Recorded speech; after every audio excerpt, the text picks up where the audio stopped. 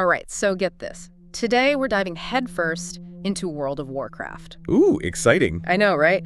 Specifically, we're tackling this, like, super heated debate. It's straight from the official WoW forums. It's all about those allied races. Okay. Should they, have been just cosmetic options instead of whole new races? Like, imagine just a new look for your character, not a whole new race, Interesting. Yeah, and the source material is just this single form thread, but let me tell you, it is jam-packed with passionate opinions.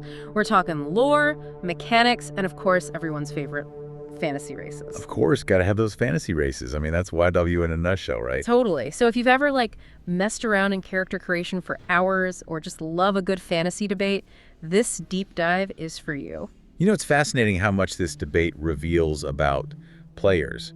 It's not just about what your character looks like. It's way deeper than that, right? Oh, absolutely. It shows how much players connect with these virtual worlds and how much they want to feel like they really own their characters. For sure. All right, so let's set the stage here. This whole thing started with a player named Ozilite.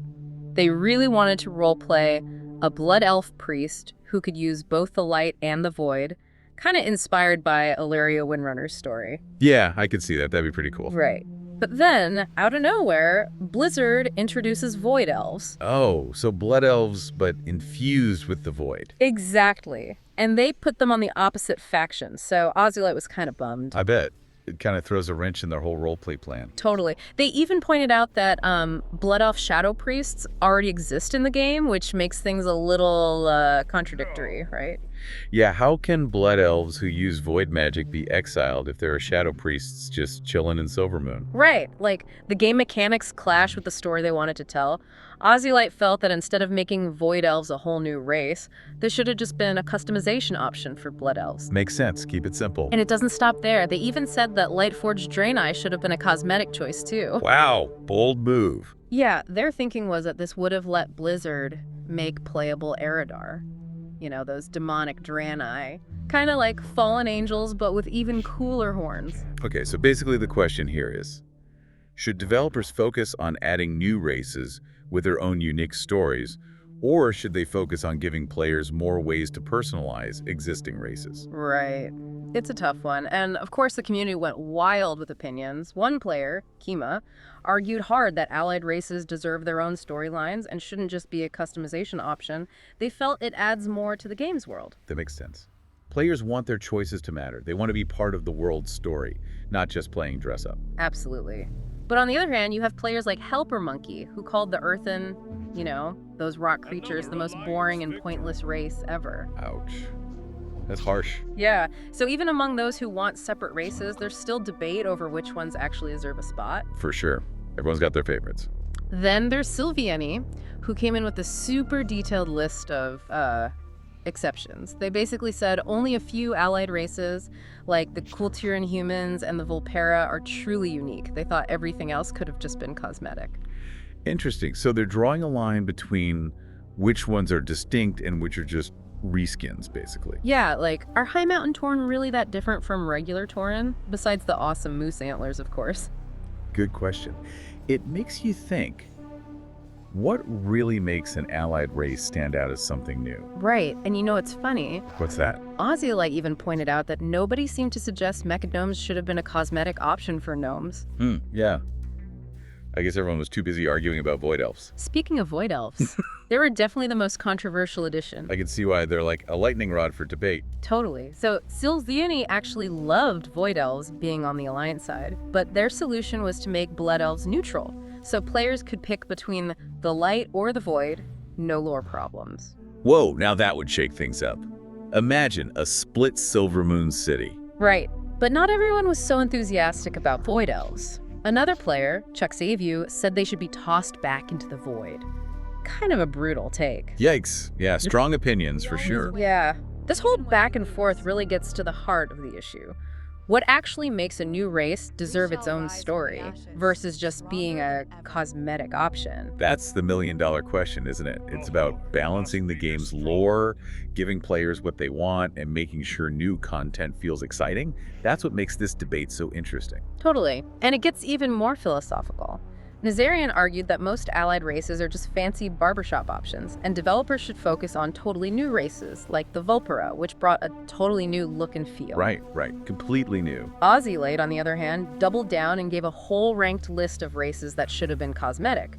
Maghar orcs, Void Elves, Lightforged Draenei, Macagnomes, even those High Mountain Tauren. Wow, so they're really sticking to their guns. Yep. And I think Ozzylite's list is a great place to start digging deeper into this debate. It goes beyond just what looks cool. It's about how these choices change gameplay, lore, and whether players are actually happy. Absolutely. We have to look at the bigger picture, and that's exactly what we'll be doing in the next part of our deep dive. We're going to unpack why those races were chosen and what it all means for the future of World of Warcraft and online games in general. So we were talking about Ozzylite's list, all the races they thought should have been cosmetic, and it really got me thinking, like, what makes a race truly feel unique in a game like WoW W? You know what I mean? Oh, for sure. I'm glad you brought that up because it's not just about giving them some fancy new horns or some cool tattoos. Exactly. It has to be more than that. It has to tie into the deeper lore, the way they play, and the overall feel. Yeah, like those Maghar orcs, for example. Yeah. They have the brown skin, which is cool to look at, but do they really play differently or feel different from the regular green orcs? Not really, no. No. And same with those High Mountain Tauren, right? Yeah. Awesome moose antlers, for sure. But mechanically, they're basically the same as regular Tauren. It makes you wonder, right? Like, at what point does a visual change become enough to justify a whole new race? Is it purely aesthetics, or should it affect how they play or how they interact with the world? Right. And then there's the whole lore thing, too. Ooh, Yeah, we're talking about how Ozzylite felt that those Void Elves kind of messed with the lore about Blood Elf Shadow Priests. Right. And that kind of overlap makes things feel, well, messy. Yeah. It's like adding a chapter to a book that just doesn't quite fit. Yes, exactly. And speaking of lore stuff, remember Veru?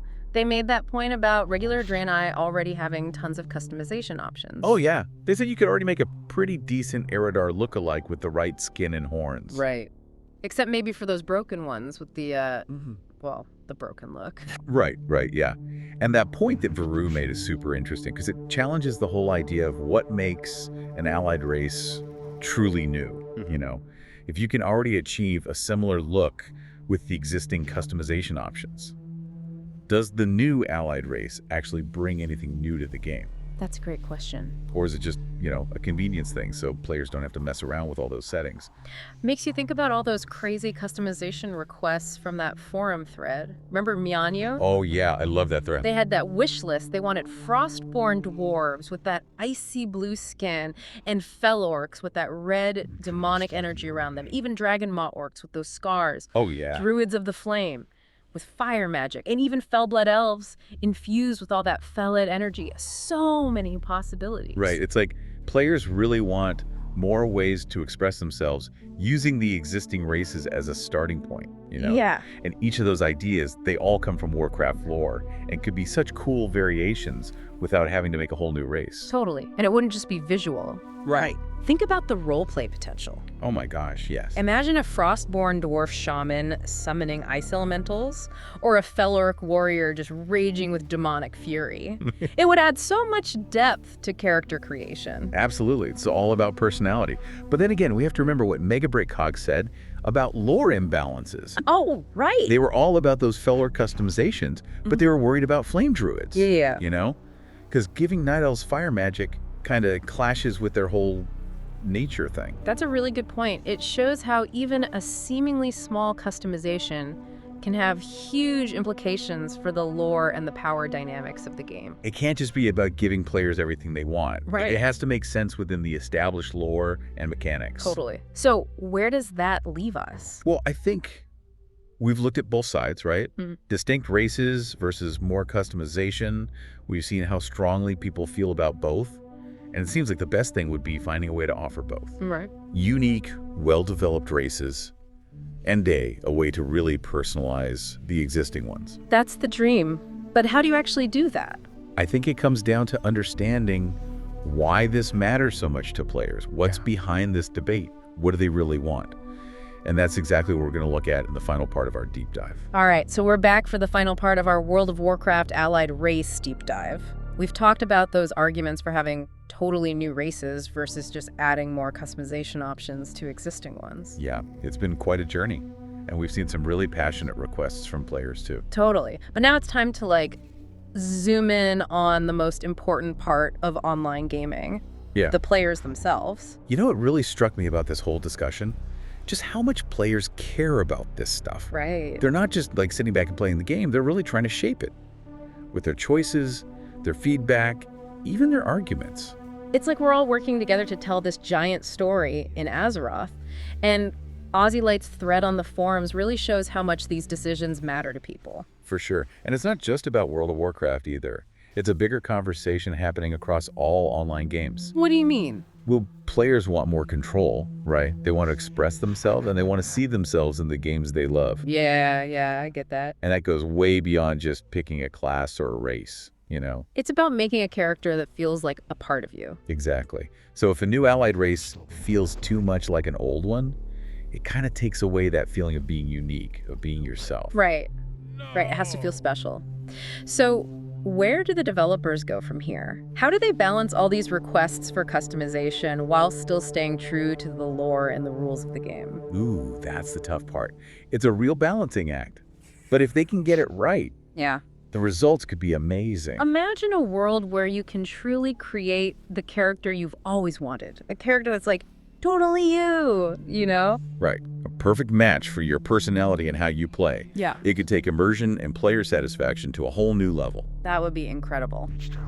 So this allied race debate in World of Warcraft is really just a small piece of the puzzle.